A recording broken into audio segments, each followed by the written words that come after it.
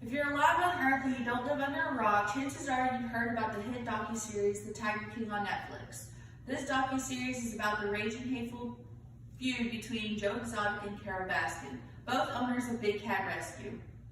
In this docuseries, Joe Exotic is constantly trying to convince people that Carole killed her husband, Don Lewis, who is supposedly missing, and Carole has denied, but she is not quite believable, and to be frank, there is a lot of evidence stacked up against her. Since this docuseries came out, the big question has been on everybody's mind. Did Carole Baskin kill her husband, or is he really just missing? Don Lewis and Carole Baskin met by total luck, and they were both in relationships at the time, and one night Carole was fighting with her partner, and she decided that she needed to take a walk even though it was raining. On that walk, a good Samaritan, Don Lewis, saw the young, beautiful Carole Baskin and decided to help her out. After that night, they were basically in love and left their partners for each other, and in 1991, the couple bought their first big cat. A good thing to note is that Don Lewis is a multimillionaire, and he was able to buy huge amounts of land for these big cats. Don saw profit and promise from the cats, and he wanted to start breeding and selling them. But the immoral thought of breeding and selling big cats disgusted Carole. This created a lot of arguments between the couple, and Carole even described her husband as being venomous. The worse the fights got, the more Carole felt like she was losing control over her marriage, sanctuary, and the big cats. I think at this point she realized that Don owns the land, the cats, their house, and all of the money that comes with it, and she basically was forced to do whatever Don wants. This made Carole resentful to Don, and their marriage started to crumble. In 1997, Don actually files a restraining order against Carole. He says that she has threatened to kill him on many occasions, and he fears for his life. But it was rejected due to free speech.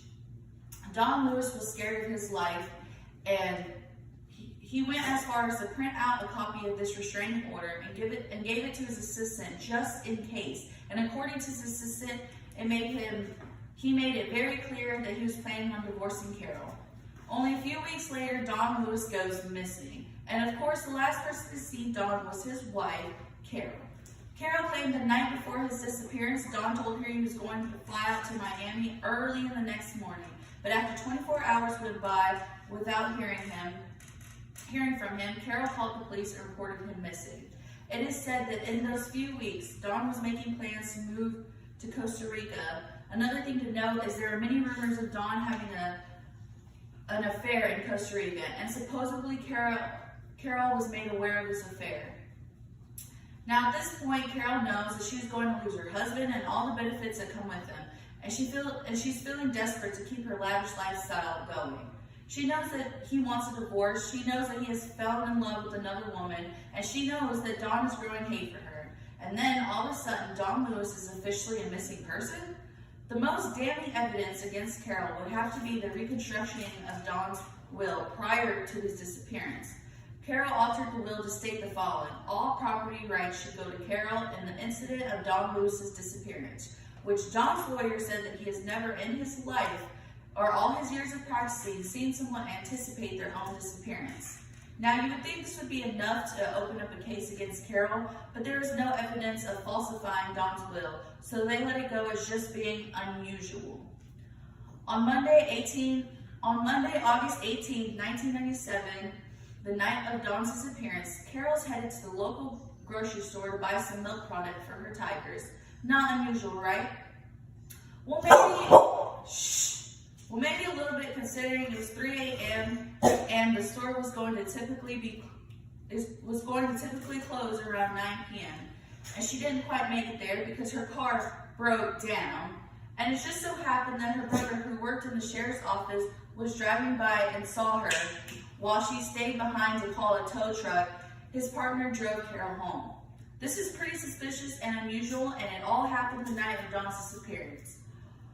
All of these quote-unquote coincidences are just way too convincing to not point a finger. I think Carole Baskin knew her husband was going to leave her for this new woman. She knew he was scared and sick of her, and she knew he was going to divorce her. Carole put so much work and dedication into these animals and the sanctuary. She was not about to let all of her hard work just be given to this new woman. Carole was not ready to give up her lifestyle, and she loved it, and she knew that If he divorced her, she would get the bare minimum out of the divorce. She couldn't let that happen, so she snapped and she killed her husband because she knew that she would get all the money and all the land and all the animals. She knew that she would be set for life, and all she had to do was take one.